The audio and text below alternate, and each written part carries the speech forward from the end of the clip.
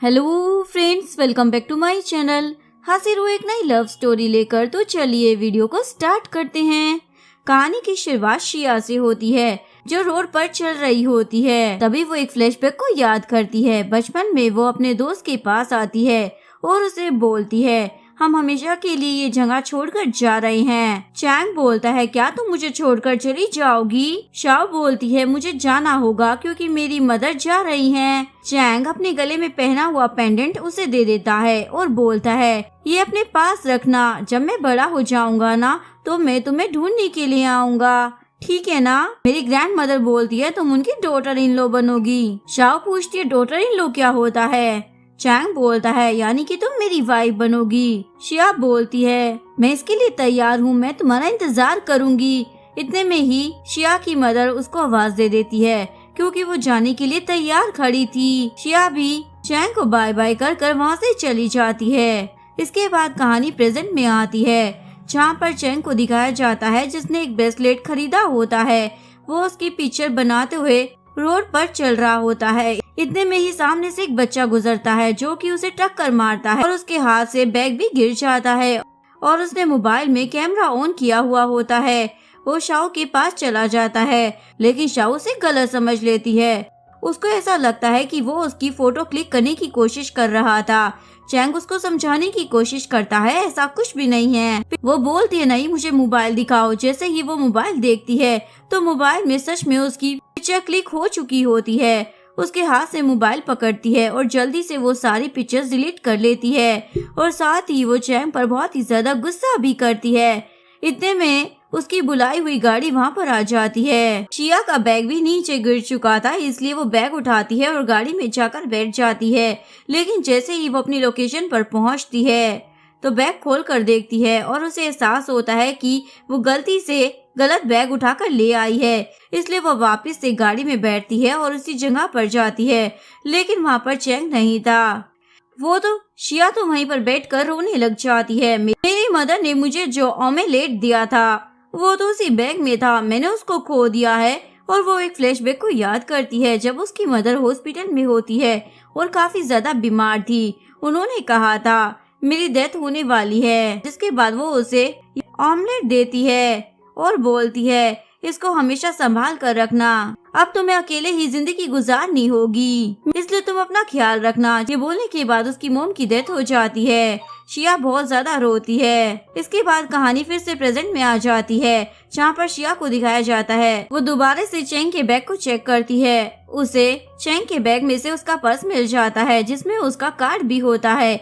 वो उसका address check करते हुए उसके एड्रेस पर भागते हुए जाती है। दरवाजे के पास पहुंचते ही वो जोर जोर से दरवाजा नॉक करने लग जाती है और बोलती है, चैंग बाहर आओ, मैं तुम्हारा बाहर इंतजार कर रही हूँ। लेकिन कोई भी दरवाजा नहीं खोलता तो वो दरवाजा और भी ज्यादा जोरों से पीटने लग जाती है। घर के अंदर चैंग की मदर और ग्रैंडमा होती है। ग्रैंडमा बोलती है, क्या हमने किसी पर गुस्सा कर दिया है जो कोई इतने गुस्से में है?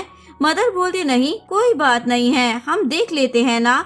तभी वो सर्वेंट को बोलती है, जाकर देखो कि आखिर कौन है। सर्वेंट शिया को अंदर आने के लिए बोलता है। शिया भागते हुए अंदर आती है और ग्रैंडमा जैसे ही शिया के गले में उस पेंडेंट को देखती है तो वो बहुत ही ज्यादा खुश हो जाती है। इवन खुशी की मारी वो तो बेहोश ही हो जाती है। उनको लेकर हॉस्पिटल जाया जाता है। हॉस्पिटल में शिया सोचने लग जाती है, आखिरकार ये मेरे साथ क्यों हो रहा है, हर काम गलत ही हो रहा है। चैंग की मॉम अपने पति को कॉल करती है और हॉस्पिटल में आने के लिए बोलती है, लेकिन वो शिया को कुछ भी नहीं बोलती। थोड़ी देर में वो अपने पति को पिक करने के लिए बाहर की तरफ जाती है। शिया बोलती है, ग्रैंड मदर मुझे माफ कर दीजिए, और वहाँ से भागने वाली होती है कि सामने से ही चैंग की मदर और फादर आ जाते हैं। इन दोनों को आता हुआ देखकर वो जल्दी से एक रूम में छुप जाती है और यहाँ हमें पता चलता है कि वो एक गायनी रूम होता है, जहाँ पर वो डॉक्टर को बोलती है, जिस पेशेंट को आप चेक कर रही हैं ना वो मेरी फ्रेंड है। चैंग की मदर चैंग के फादर को सब कुछ बता देती है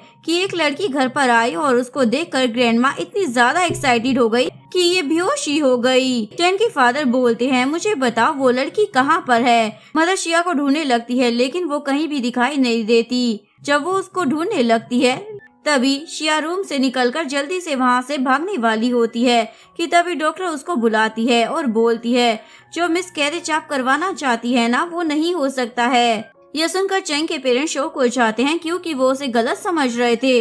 उन्हें लग रहा था शिया चेंग की गर्लफ्रेंड है। डॉक्टर चेंग और शिया के बारे में ही बात कर रहे हैं। चेंग की मदर शिया को अपने पास लेकर आती है और बोलती है, बेटा जो भी बात है तुम मुझे बता दो, तुम्हें कभी भी अपने फैसलों पर रिग्रेट नहीं होगा। मिस्टर गू को दिखाया जाता है जो अपने बेटे चेंग को गुस्से से कॉल करते हुए बोलते हैं, तुम कहाँ पर हो और क्या करते फिर रहे हो? चैंग बोलता, डैड आप इतने ज्यादा गुस्से में क्यों हो? मैंने क्या कर दिया? मिस्टर गू बोलते हैं, तुम्हें नहीं पता कि तुमने क्या कर दिया? मेरा दिमाग खराब मत करो, जल्दी से वापस आओ।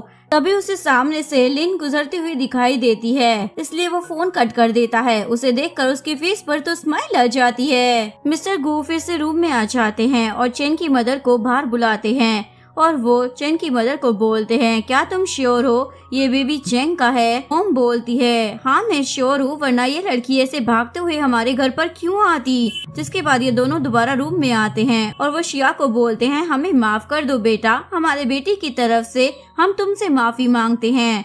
शिया खड़ी होती है और बोलती है, उसने इतना भी बड़ा कोई गुनाह नहीं कर दिया है, आपको माफी मांगने की जरूरत नहीं है। चेंग की मदर बोलती है, तुम कितनी अच्छी हो बेटा। तभी शिया उनको बताने ही वाली थी कि तभी ग्रैंडमा को होश आ जाता है।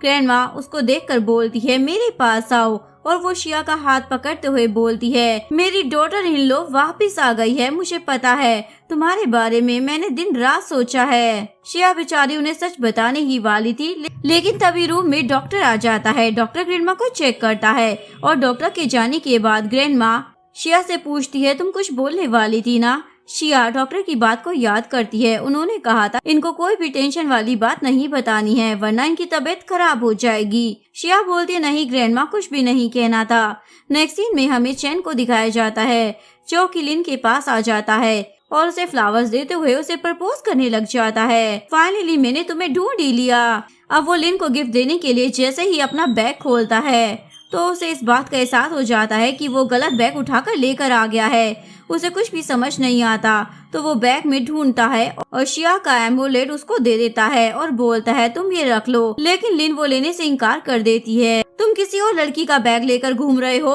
और तुम मुझे ढूंढकर मुझे बोलते हो कि मेरे प्यार में पागल हो, जबकि मुझे देने के लिए तुम्हारे पास कोई गिफ्ट भी नहीं है। इसके बाद लिन एक फ्लैशबैक को याद करती है जब चैंग उसके घर पर आया था और वहाँ पर आकर उसने उसको प्रपोज किया था।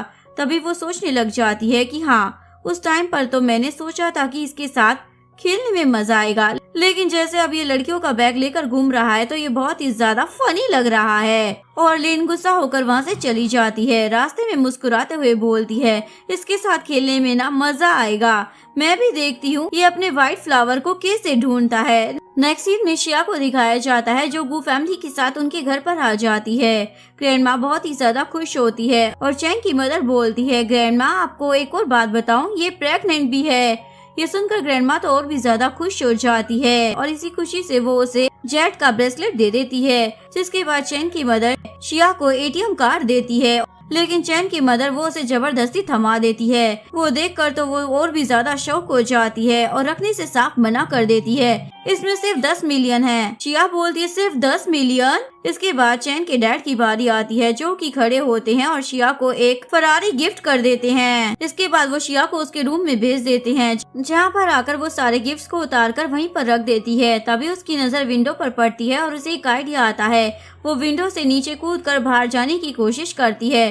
तभी वहाँ पर सर्वेंट आ जाता है। सर्वेंट उसे देखकर बोलता है, मैडम आप ये क्या कर रही हैं? आपको पता है अगर अलार्म बज गया तो यहाँ पर बहुत सारे डॉग्स हैं, इवन बहुत सारे सीसीटीवी कैमरास भी हैं, इसलिए आपको ख्याल रखना चाहिए, जो कि आकर आपको मार भी सकते हैं। अगर आपको बाहर जाना है तो मैं ड्राइवर को बुलवा देता हूँ। क्या बोलते, नहीं नहीं मुझे कहीं नहीं जाना है। शिया दोबारा से अपने रूम में चली जाती है और बोलती है, मैं कहाँ फंस गई, इससे अच्छा तो मैं जेल में ही चली जाती। लेकिन तभी वो चैंग की मदर की बातों को याद करती है और बोलती है, ये फैमिली भी मेरी फैमिली की तरह बहुत ही अच्छी है। कुछ देर में शिया वहाँ पर सो जाती है। आधी रात में चैंग आता है और चैंग भी उसी के बगल में सो जाता है। नेक्स्ट मॉर्निंग उन दोनों की आंखें खुलती है। वो दोनों चीखते हैं। शिया तो उसे बेड से धक्का ही दे देती है, लेकिन जैसे ही वो एक दूसरे को देखते हैं तो और भी ज्यादा शॉक हो जाते हैं। इसके बाद वो जल्दी से अपने अपने बैग को एक्सचेंज कर लेते हैं और अपने बैग को चेक करते हैं। जब शिया को अपने बैग में ऑमलेट नहीं मिलता तो वो उससे पूछती है, मेरा ऑमलेट कहाँ पर है? चैंग बोलता है, बैग में ही होगा, मैं कहाँ लेकर जाऊंगा। लेकिन तभी उसे याद आता है उसने तो गुस्से में उसे फेंक दिया था।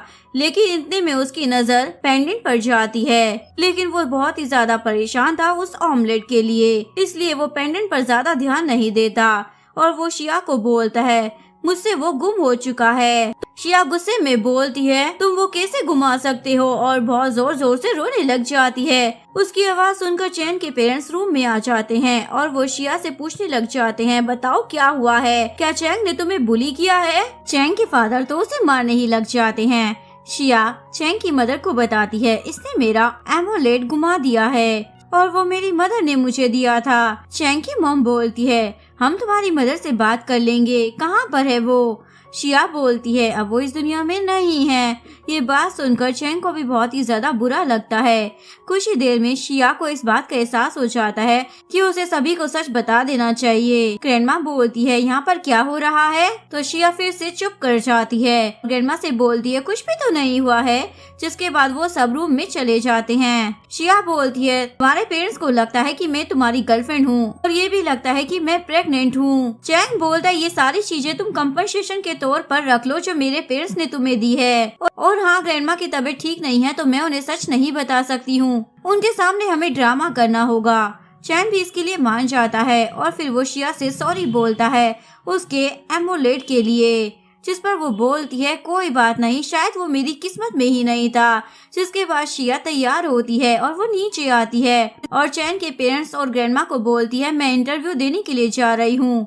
इसके बाद शिया तो वहाँ से चली जाती है, लेकिन उसके बाद चैन के पेरेंट्स भी एक एक कर वहाँ से चले जाते हैं और चैन के फादर बोलते हैं, मैं ऑफिस जा रहा हूँ। ग्रैंडमदर चैन के पास आती है और बोलती है, इतनी मुश्किलों से वो तुम्हें मिली है, तुम उसे खोना मत। लेकिन चैन को तो कुछ भी समझ नहीं आता ग्रैंडमा क्या कह रही है। ग्रैंडमा बोलती है, तुम्हारा कुछ नहीं हो सकता, और वहाँ से चली जाती है। चैंग सोचता है, ये मेरी फैमिली को अचानक से हो क्या गया है। जिसके बाद वो फ्लैशबैक को याद करता है और वो शिया की बातों को सोचते हुए बोलता है, ये सब कुछ उसकी वजह से हुआ है, लेकिन मैंने भी तो उसका ऑमलेट खो दिया है ना। और फिर वो उस जगह पर जाता है जहाँ पर उसने ऑमलेट को फेंका था। वो उस एमोलेट को ढूंढने लग जाता है। दूसरी तरफ शिया को दिखाया जाता है जो बहुत सारी कंपनियों में इंटरव्यू देने के लिए जाती है और घूमते हुए वो मिस्टर गू की कंपनी में आ जाती है, जहाँ पर मिस्टर गू से मिलती है। मिस्टर गू उसे बोलते हैं, तुम जाकर इंटरव्यू दे दो और मैं तुम्हारी जॉब में बिल्कुल भी इंटरफियर नहीं करूँगा। अगर तुम्हें ये जॉब मिल गई तो बहुत ही अच्छी बात है, और अगर तुम्हें ये जॉब नहीं मिलती है ये कोई बड़ी बात नहीं है, क्योंकि ये सिर्फ एक जॉब ही तो है, पूरी जिंदगी नहीं। शिया लिफ्ट से निकल जाती है। यहाँ पर हमें असिस्टेंट ली को दिखाया जाता है जो ये सारी बातों को सुन रहा होता है। वो भागते हुए डायरेक्टर वेंग के पास जाता है। वो डायरेक्टर वेंग को बोलता है, यहाँ पर मिस्टर गू की बहू इंटरव्यू देने के लिए आई थी, तो उसका ख्याल रखना। मैंने अभी अभी मिस्टर गू की बातें सुनी थी, ऐसा ना हो कि तुम उसको नौकरी से निकाल दो या फिर जॉब ना दो। मिस्टर गू को गुस्सा आ जाएगा। ये सुनकर डायरेक्टर वेंग बोलता है, हाय तुमने तो मुझे बचा लिया, वरना आज तो मैं मारा जाता। इसके बाद इंटरव्यूअर्स को दिखाया जाता है जिसमें एक मिस सू भी होती है जो कि शिया को रिजेक्ट कर देती है और शिया को वहाँ से जाने के लिए बोल देती है। शिया बोलती है, आप एक बार मेरी एबिलिटीज तो देख लीजिए, प्रॉमिस करती हूँ कि मैं बहुत ही ज्यादा हार्ड वर्क करूंगी। लेकिन मिस सू की कोई बात नहीं सुनती और इतने में डायरेक्टर वेंग वहाँ पर आ जाते हैं और बोलते हैं, इनका सीवी मुझे दिखाओ। वो शिया का सीवी देखते हैं तो बहुत ही ज्यादा इम्प्रेस होते हैं और बोलते हैं, और उसे बोलता है, तुमने उसकी एबिलिटी को नहीं देखा, तुम ऐसे कैसे उसे रिजेक्ट कर सकती हो, इसका सीवी तो बहुत ही ज्यादा अच्छा है। और वो मिस सू की भी बहुत ज्यादा इंसल्ट करता है और शिया को बोलते हैं, तुम्हें ये जॉब मिल चुकी है, कल से तुम काम पर आ जाना। जिस पर शिया बहुत ही ज्यादा खुश हो जाती है। डायरेक्टर वेंग ली के पास जाते हैं और जाकर उसको बता देते हैं, तुम्हें पता है क्या, वो लड़की तो बहुत ज्यादा टैलेंटेड है और बहुत ही ज्यादा प्यारी भी है, पता नहीं इसे जॉब क्यों नहीं मिल रही थी। शिया खुश होते हुए कंपनी से बाहर आती है। दूसरी तरफ हमें चैंग को देखते हैं जो कि उस एमलेट को ढूंढ लेता है और बड़ा खुश होकर अपनी गाड़ी में बैठकर वहाँ से जाने वाला होता है। अभी लिन उसे देख लेती है।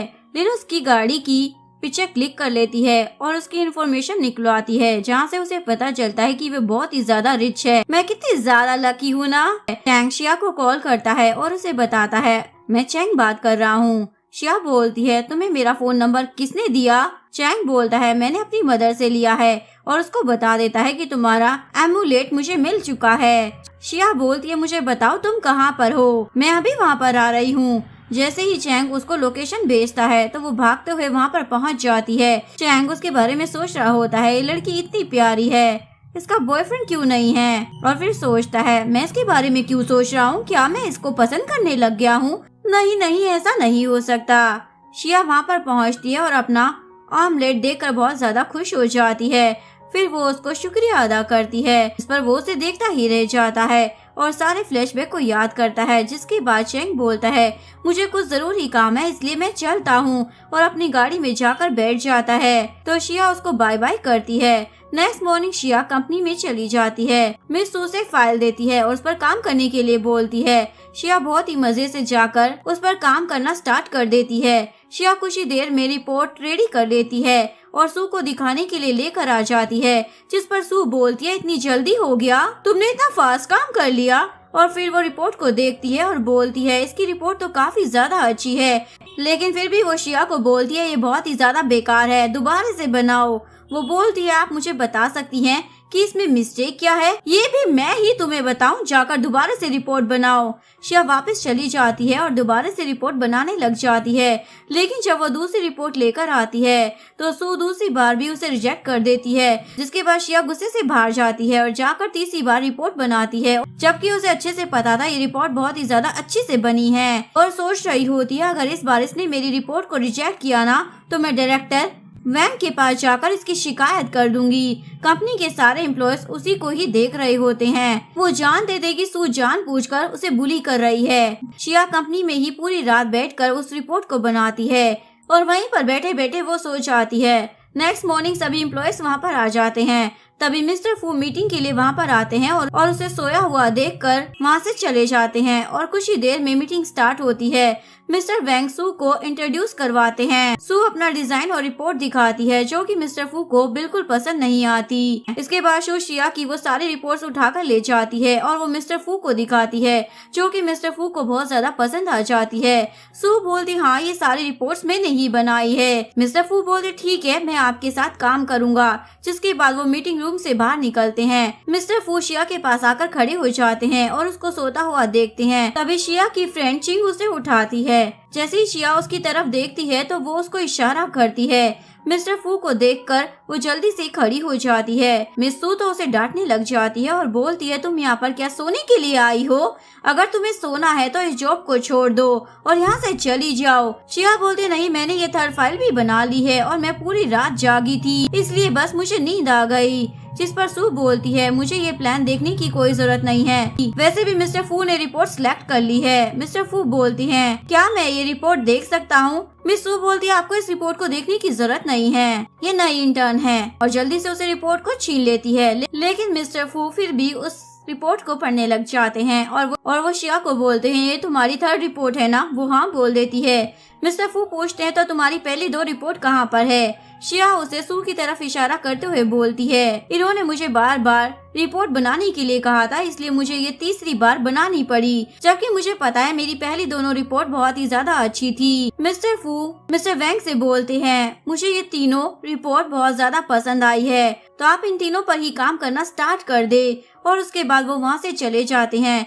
जिसके बाद मिस्टर वैंग मिस सू को अपने रूम में बुलवाते हैं और शिया को भी रूम में बुलाते हैं। फिर वो शिया को बोलते हैं, क्या ये रिपोर्ट तुमने बनाई है? जैसे ही शिया उसे देखती है तो बोलती है, ये सारी मेरी रिपोर्ट्स है। मैनेजर वैंग उसे रूम से जाने के लिए बोलता है और शिया भी रूम से बाहर आने के बाद अपनी चेयर पर जाकर बैठ जाती है और सभी एम्प्लॉयज देख रहे थे आखिरकार ये हो क्या रहा है। सू भी रूम से बाहर आती है कुछ ही देर में, और फिर मैनेजर वैंग बाहर आकर ये अनाउंसमेंट करता है, किसी रीजन की वजह से सू ने रिजाइन कर दिया है। ये सुनकर सारे एम्प्लॉयज बहुत ज्यादा खुश हो जाते हैं। एक एम्प्लॉय तो खुशी की मारी बोलने लग जाती है, शुक्र है हमारी इससे जान छूटी, इनको झेलना पड़ता था, ये हमें बहुत ही ज्यादा बुली करती थी। और सभी खुश होकर बोलने लग जाते हैं, ये सब कुछ सिर्फ शिया की वजह से हुआ है। नेक्स्ट सीन में असिस्टेंट मिस्टर गू के पास आता है और उन्हें सारी बातें बता देता है।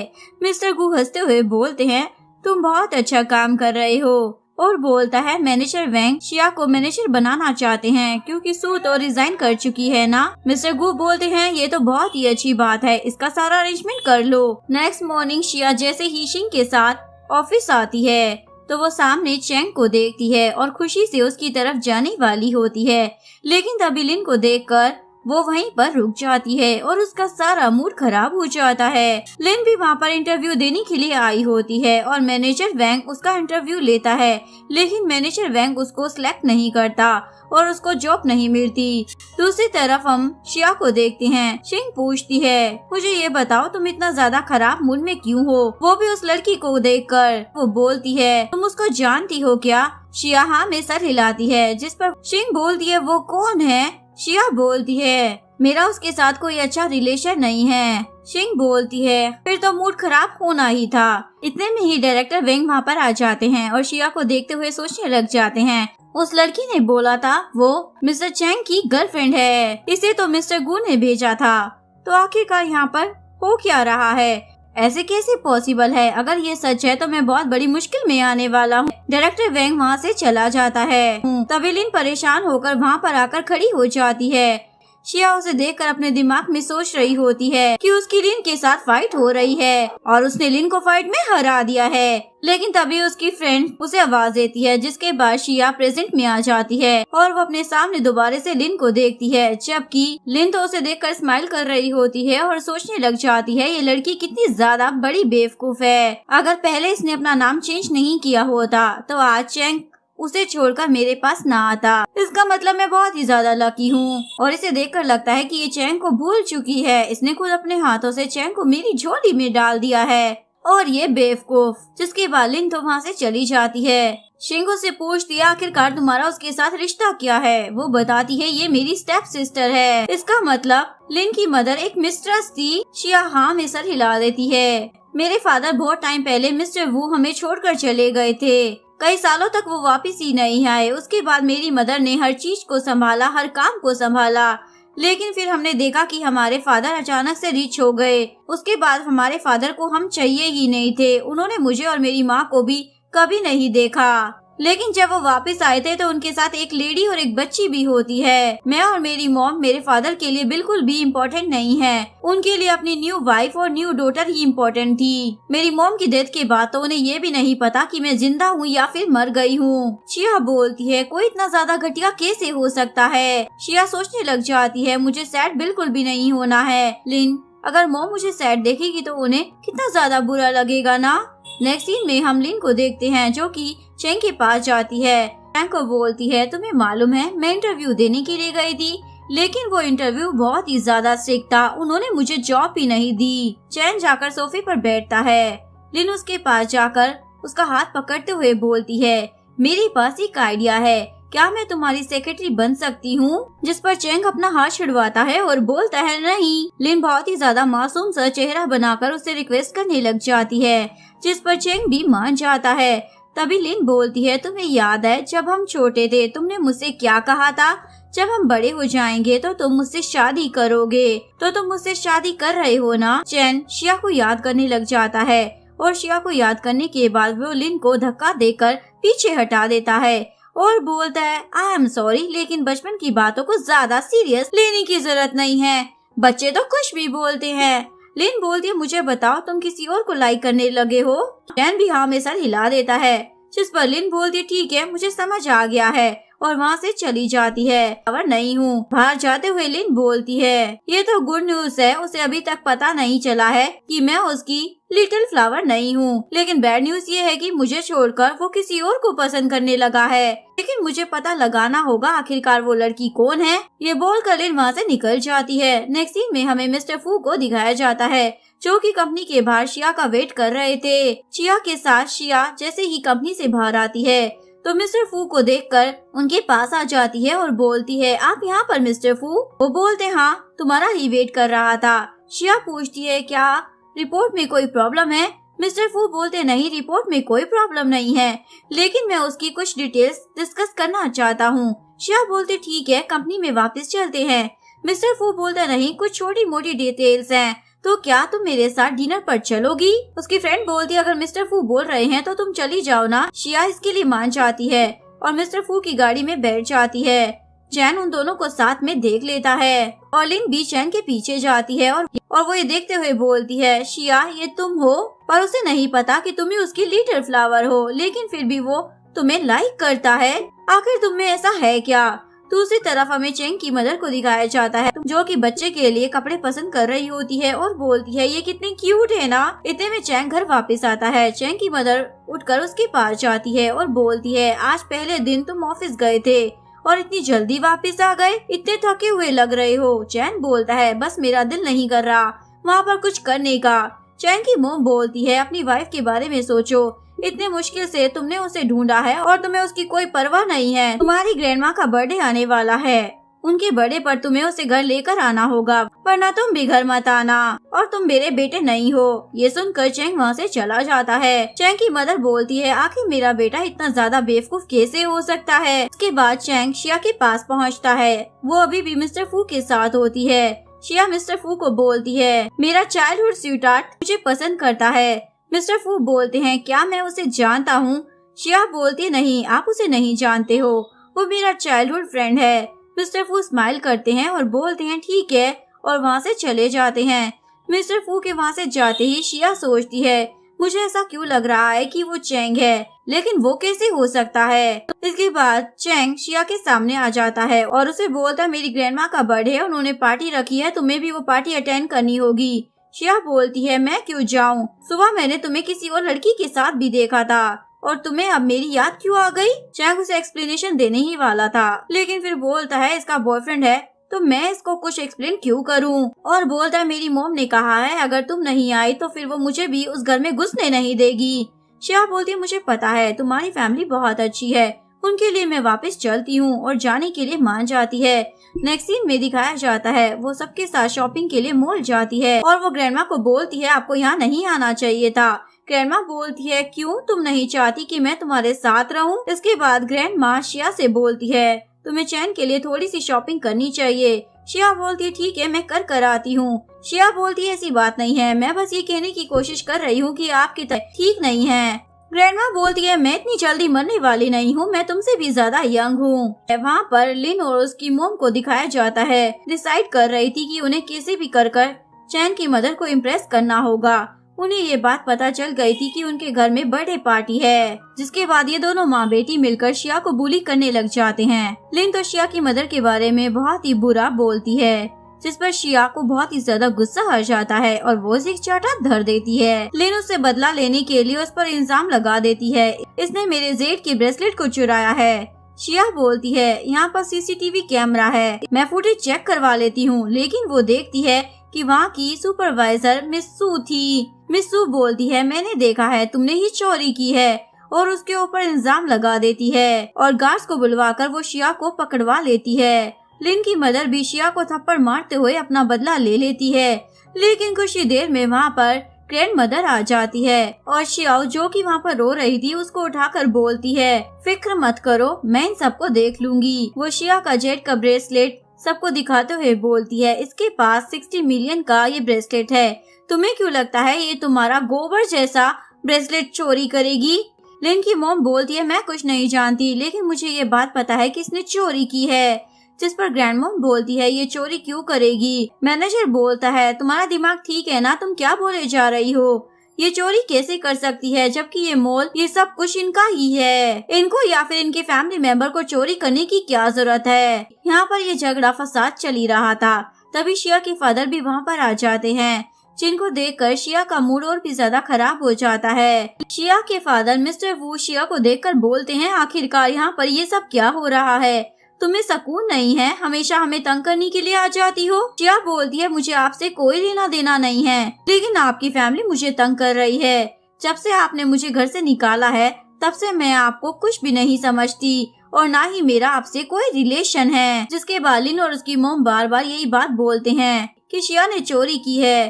तो वहाँ पर खड़ी एक एम्प्लॉय बोलती है हम सीसीटीवी कैमरा चेक कर लेते हैं ना। मिस सू बोलती है लेकिन मैं इसकी परमिशन नहीं दूंगी, तुम लोग कैमरे चेक नहीं कर सकते हो। लेकिन मैनेजर बोलता है तुम होती कौन हो ये फैसला लेने वाली, तुम्हें जॉब से निकाल दूंगा। सू बोलती है आप मुझे जॉब से नहीं निकाल सकते क्योंकि आपने मेरे साथ कॉन्ट्रैक्ट साइन किया है और अगर आप मुझे जॉब से निकालोगे तो आपको मुझे पे करना होगा। ग्रैंडमा पूछती है लड़की तेरा नाम क्या है, जिस पर मिस सू कहती है मेरा नाम सू है, आप कौन हो। मैनेजर बताता है ये मिस्टर गू की मदर है और ये तुम्हें बर्बाद भी कर सकती है। तभी ग्रैंडमा बोलती है मैं अनाउंस करती हूँ कि सू फैमिली की जितनी भी इंडस्ट्री है सब में तुमको बैन किया जाता है। ये सुनकर मिस सू की तो हवाइयाँ उड़ जाती है और वो नीचे जमीन पर बैठकर रोने लग जाती है।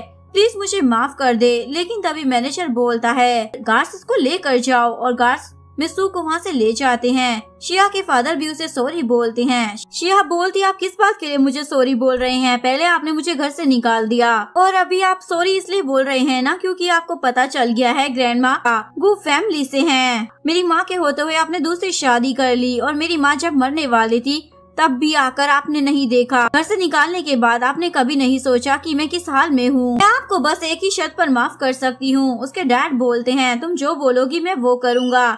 शिया बोलती है लिन और उसकी मदर को बोलो कि घुटनों के बल बैठकर मुझसे माफी मांगे। शिया के डैड ये करने के लिए मान जाते हैं। इसके बाद शिया ग्रैंडमा के साथ घर आ जाती है। चैंग उसे देखता है और उसके फेस को देखते हुए पूछता है तुम्हें किसने मारा है। शिया उसे कोई भी जवाब नहीं देती। चैंग वहाँ से जाने वाला होता है। शिया उसे रोककर बोलती है ग्रैंडमा ने उन्हें अच्छा सबक सिखा दिया है, परेशान मत हो। चैंग उसे सॉरी बोलता है लेकिन चैंग की मदर को जब ये बात पता चलती है तो वो बहुत ही ज्यादा गुस्सा होती है। दूसरी तरफ लिन और उसकी फैमिली को दिखाते हैं जो कि बहुत ज्यादा गुस्से में थी। लिन की मदर बोलती है आखिरकार वो लोग हमें ऐसे कैसे बुली कर सकते हैं। शिया के डैड बोलते हैं इन सब में तुम्हारी ही गलती है लेकिन हाँ वो हमें फायदा दे सकती है। सोचो जरा अगर वो रिच हो गई तो मैं जाकर उससे अपना शेयर मांगूंगा और उसे ब्लैकमेल कर मैं उससे कितने सारे पैसे भी ले सकता हूँ।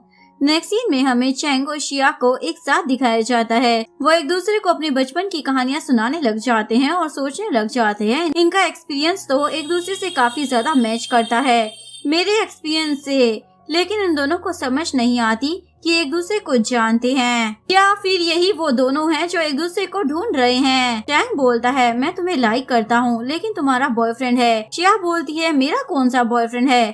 चैंग बोलता है मैंने तुम्हें कॉल की थी, वो तुम्हें बेबी बुला रहा था। जिसके बाद शिया पीछे कपल की तरफ इशारा करती है और बोलती है कपल थे वो।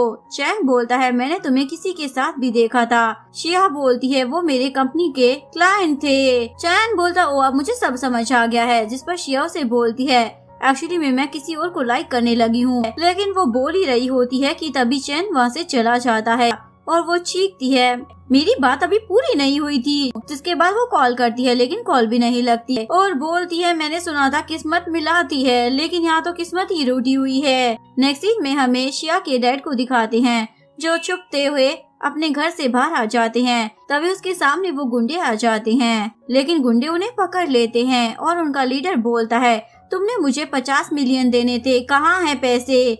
शिया के डैड बोलते हैं मेरे पास तो पैसे नहीं है लेकिन मेरे पास एक रास्ता जरूर है। मेरी एक एल्डर डॉटर है और वो बहुत ही ज्यादा रिच फैमिली से बिलोंग करती है।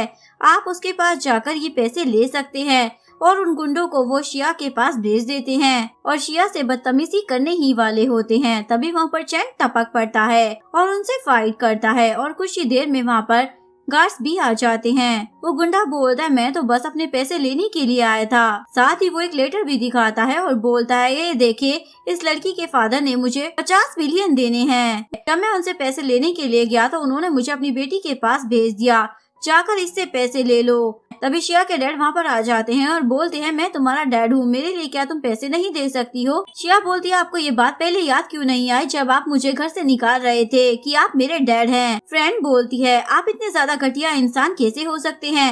शिया बोलती है अगर आपको ये लगता है कि मैं इस फैमिली की बहू बनने वाली हूँ तो ऐसा कुछ भी नहीं है क्योंकि मेरी एंगेजमेंट मेरे चाइल्डहुड फ्रेंड के साथ हो चुकी है। चैंग वहाँ से चला जाता है और शिया भी अपने फ्रेंड के साथ वहाँ से चली जाती है। इधर शिया के डैड को दिखाते हैं जो कि अपनी वाइफ और अपनी बेटी को वहाँ से भागने के लिए बोलते हैं लेकिन तभी गुंडे वहाँ पर पहुँच जाते हैं और बोलते हैं कहाँ भागने की तैयारी है। तभी गैंग का लीडर बोलता है तुम्हारे पास पैसे तो नहीं है लेकिन तुम्हारी डॉटर बहुत ही ज्यादा ब्यूटीफुल है तो इसको बेचकर मेरे पैसे आ सकते हैं। डैड इसके लिए मान जाते हैं, जिस पर लिन की मदर बहुत ज्यादा चीखती है और बोलती है, तुम्हारा दिमाग खराब हो गया है क्या? ये तुम्हारी बेटी है। लेकिन लिन के डैड बोलते हैं, हम कुछ भी नहीं कर सकते क्योंकि ये लोग बहुत ही ज्यादा पावरफुल है। तभी लिन की मदर को इतना ज्यादा गुस्सा आता है कि वो नाइफ उठाती है और लिन के डैड को ही मार देती है, जिसके बाद वो खुद को भी इंजर्ड कर लेती है। ये देखकर लिन चिल्लाती है। नेक्स्ट सीन में हमें चैन की फैमिली को दिखाया जाता है, जो कि चैन को बोल रहे होते हैं, इतनी मुश्किलों से तुमने उस लड़की को ढूंढा था, लेकिन तुम उसको अपने पास रख नहीं पाए। इतने में सर्वेंट वहाँ पर आ जाता है और बताता है वो फैमिली में बहुत ही बड़ी प्रॉब्लम हो गई है। लिन की मदर ने उसके डैड को मार दिया है और फिर खुद को भी इंजर्ड कर लिया है। पुलिस उनको पकड़ कर ले गई है। ये सुनते ही चैन वहाँ से भाग कर जाता है ताकि वो शिया को भी रोक सके। इसके बाद शिया वो सिटी छोड़कर जा रही होती है। वो उसे रोकते हुए बोलता है, प्लीज यहाँ से मत जाओ, तुम्हारा चाइल्डहुड फ्रेंड अभी तक नहीं आया ना, वो कहाँ पर है? शिया बोलती है, मैं नहीं जानती वो कहाँ पर है। तभी चैन उसे बोलता है, ठीक है ना, उसको ढूंढना बंद कर दो, मैं तुम्हारे सामने हूँ ना, तुम मेरे बारे में सोचो। शिया बोलती है, मैं तुम्हारे लायक नहीं हूँ। चैन बोलता है, मैंने कह दिया है ना तुम मेरे लायक हो, तो तुम ऐसा क्यों सोच रही हो? फिर तुम्हें प्रॉब्लम क्या है? मैंने जब तुम्हें पहली बार देखा था ना, तभी मुझे तुमसे पहली नजर का प्यार हो गया था। वो बोलती है, मुझे नहीं लगता हम साथ में खुश रह पाएंगे, मुझे लगता है एंड ऐसा ही होना था। उसके बाद वो अपने पेंडेंट को निकालती है और एमुलेट को निकालती है और बोलती है, मॉम और पेन चेंग प्लीज मुझे माफ कर देना। लेकिन जैसे ही वो उस पेंडेंट को ध्यान से देखता है तो बोलता है, क्या तुम हो वो मेरी लिटिल फ्लावर? शिया उसकी तरफ हैरानगी से देखने लग जाती है, जिसके बाद वो उसे सब कुछ याद करवाता है। वो बोलती है, मैं तुम्हें ही तो ढूंढ रही थी। चैन बोलता है, मैं भी तुम्हें ढूंढ रहा था और हम एक दूसरे को ढूंढते हुए कहाँ तक पहुँच गए। वो दोनों एक दूसरे का हाथ पकड़ते हैं और हंसने लग जाते हैं और यहीं पर इस कहानी का डी एंड हो जाता है। अगर आपको वीडियो अच्छी लगी हो तो प्लीज वीडियो को लाइक करें, चैनल को सब्सक्राइब करें, न्यू अपडेट्स के लिए बेल आइकन का बटन प्रेस करें। मिलते हैं नेक्स्ट वीडियो के साथ, तब तक के लिए सारांगे, बाय बाय।